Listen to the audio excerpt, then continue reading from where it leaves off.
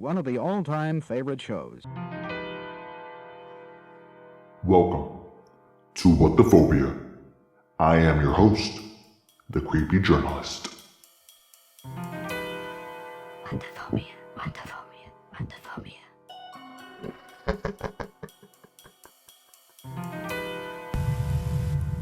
Welcome back. Let's not waste too much time. Let's get right into it. This episode, as you can tell from the title, is about seismophobia, the fear of earthquakes. Now, if you live in Southern California, you most likely have felt the recent earthquakes from Thursday, 4th of July, and this morning, Friday, July 5th. Just recently, this evening, we felt a stronger quake. Most people don't understand that if they have a traumatic experience in the past, when it comes to earthquakes, then this is no joke to them. I can imagine living with seismophobia, especially in Southern California, is not the most ideal situation. I mean, come on, we live on a fucking fault line. This is probably the worst place for a person with this phobia to live in. The San Andreas is overdue for a quake. The shift in tectonic plates is going to happen at some point, and maybe this is the time that we have been expecting. Yesterday, Thursday, we felt the ripple effect from the earthquake at 10:33 a.m. I personally felt it around 10:36 a.m.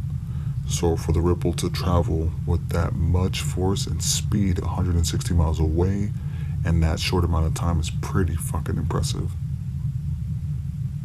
I can only imagine how it must have felt in the Ridgecrest area.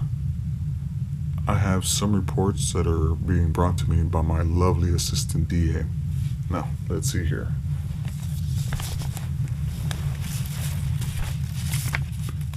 Yes. This is from our reliable source over in Fox News. So, a new 7.1 earthquake hit Southern California one day after the largest trembler in decades. So, apparently, the earthquake from today, Friday the 5th, was... doesn't say what time. It was around what? I would say 8 o'clock or such, something like that. And it measured as a 7.1 on the Richter scale. Now that's crazy. Yesterday's, Thursday's, was only a 6.6, so it means that this one was much, much stronger. Now, this isn't the only two quakes that have happened. We had another one at 4:30 a.m. today, the Friday the 5th. And that one was only a 5.7, I think. So that one was actually a lot weaker than the other previous ones. So there's been a lot of damage done in Ridgecrest. I hope that those people are doing all right. Now, for those of you that don't know, Ridgecrest, California, it's only about 150 miles northeast of Los Angeles. And that's not that far from where Thursday's quake, yesterday's, was at. So they've had more than 100 aftershocks since yesterday's quake. And there's possibly more that are going to be coming, as you can see, or as you can clearly tell on the internet. We had another one earlier this evening. So that's just a little taste of what's to come. Apparently it was felt all the way to Las Vegas. I actually had someone call me about an hour ago asking me if everything was okay. They are currently in Las Vegas, actually, near the little town of Henderson, which is not, it's actually right outside of it, Las Vegas. There was a Dodger game today as well. Apparently these guys did not feel it while they were playing. I guess maybe they were so focused, or maybe they're just so used to moving and shaking because of the freeway being so close, or so many fans coming and walking through the stadium itself. I don't know. I've never been on the field, so maybe that's why they didn't feel it. Or maybe there's just so much building around them, open space, that they didn't feel it, but that's weird. I have no idea how to explain that. Wow, a lot of people are actually posting a lot of pictures on Twitter talking about how much damage their houses, underwent. Hopefully that's the last of the major earthquakes. If not, we're overdue, like I said, for a major earthquake.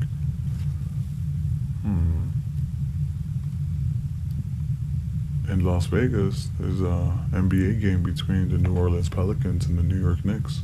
Apparently it was suspended on the fourth quarter when the scoreboard began to sway over the players. I get it. Safety issues, no worries.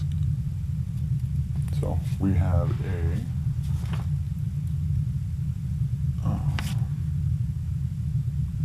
who is this?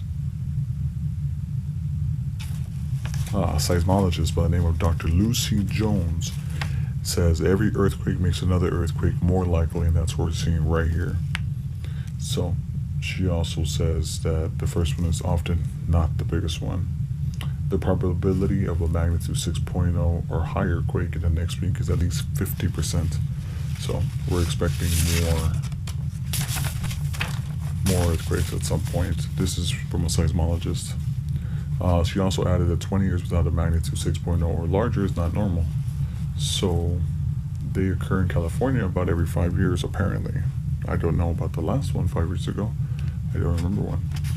She goes on to explain that we don't get 7s in the Richter scale that often.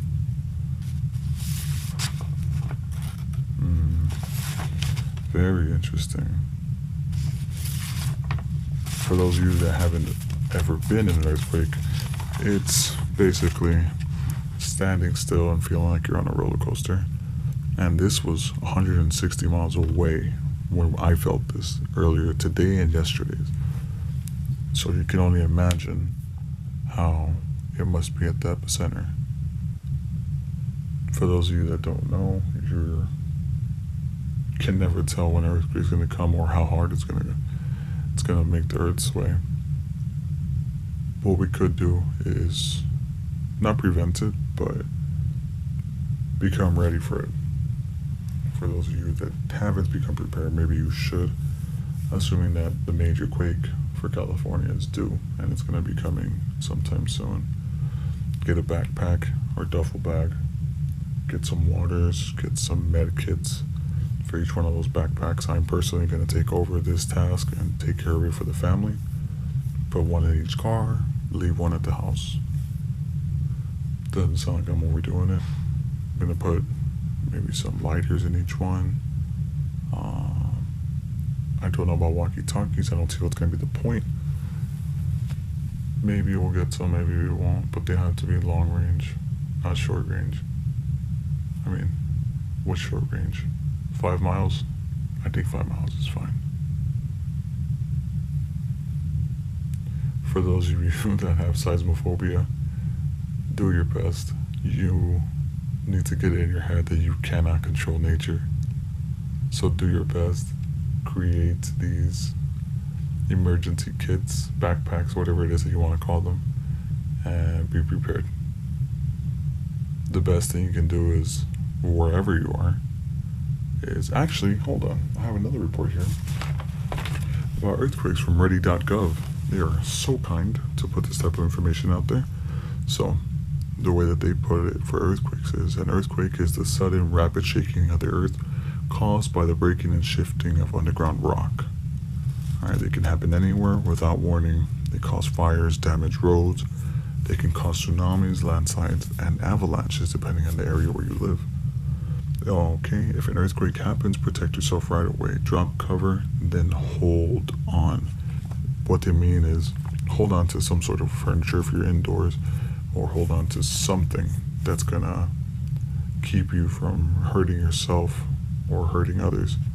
Because when the earth starts shaking, it will shake like a motherfucker.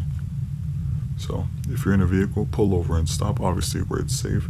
If you're in bed, stay there, because you trying to get out of bed while the earth is moving is not gonna end up well. Alright, you might just bump your head, knock yourself the fuck out against the wall. If you're outdoors, stay outdoors. Make sure there's nothing that's gonna fall on you. Try to hold on to something, maybe a tree. Do not get in a doorway. If a doorway collapses, you're fucked, because that doorway is gonna collapse onto you. Do not run outside. I think that's the worst thing you can do. Alright, how to survive during an earthquake. Drop, cover, and then hold on. Drop to your hands and knees. Cover your head and neck with your arms. Hold on to any sturdy furniture until the shaking stops. If you're in bed, stay there and cover your head with a neck and pillow. Cover your head, and neck with a pillow. If inside, stay there until the shaking stops. If in vehicle, stop in a clear area that is away from buildings, trees, overpasses, underpasses, or utility wires. For obvious reasons, any of these can fall on you, electrocute you, or crush you. If you're in a high-rise building, expect fire alarm sprinklers to go off. Do not use the elevators. If you're near slopes, cliffs, or mountains, be alert for falling rocks and landslides. Like I said, it all depends on where you live. For after the earthquake is over, expect aftershocks to follow the largest shock of an earthquake. Check yourself for injury and provide assistance to others if you have training. Obviously, medical experience is a must. If you don't have it, learn. At least for yourself, not for others. If you're trapped, cover your mouth. For obvious reasons, you don't want no debris going into your mouth and you choking. So you can send a text, bang on a pipe or wall, use a whistle instead of shouting so that rescuers can locate you. If you're in an area that may experience tsunamis, go inland or to higher ground immediately after the shaking stops. Save phone calls for emergencies only. You don't know when you can have a charger on you. Once safe, monitor local news reports via battery-operated radio, TV, social media, and cell phone text alerts.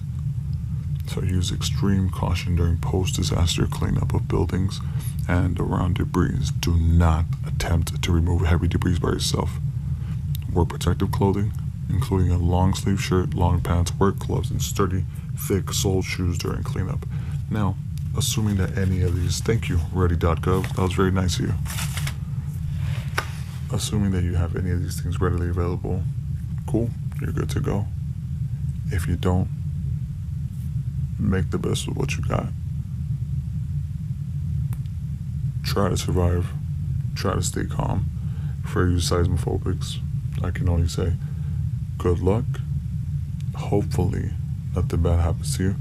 But when the shit does start to fall, things start going crazy, try not to panic. The worst thing you can do is panic. Because there are others that are relying on you so that you can help get them to safety. Or there's others you need to rely on. And when you focus, you gotta pay attention to what they're saying. So, for some people, this is an actual fear. For others, not so much. The more and more I talk about it, the more and more it becomes a serious issue. So, this is the Creepy Journalist. Stay safe, my friends, and as always, stay very, very creepy.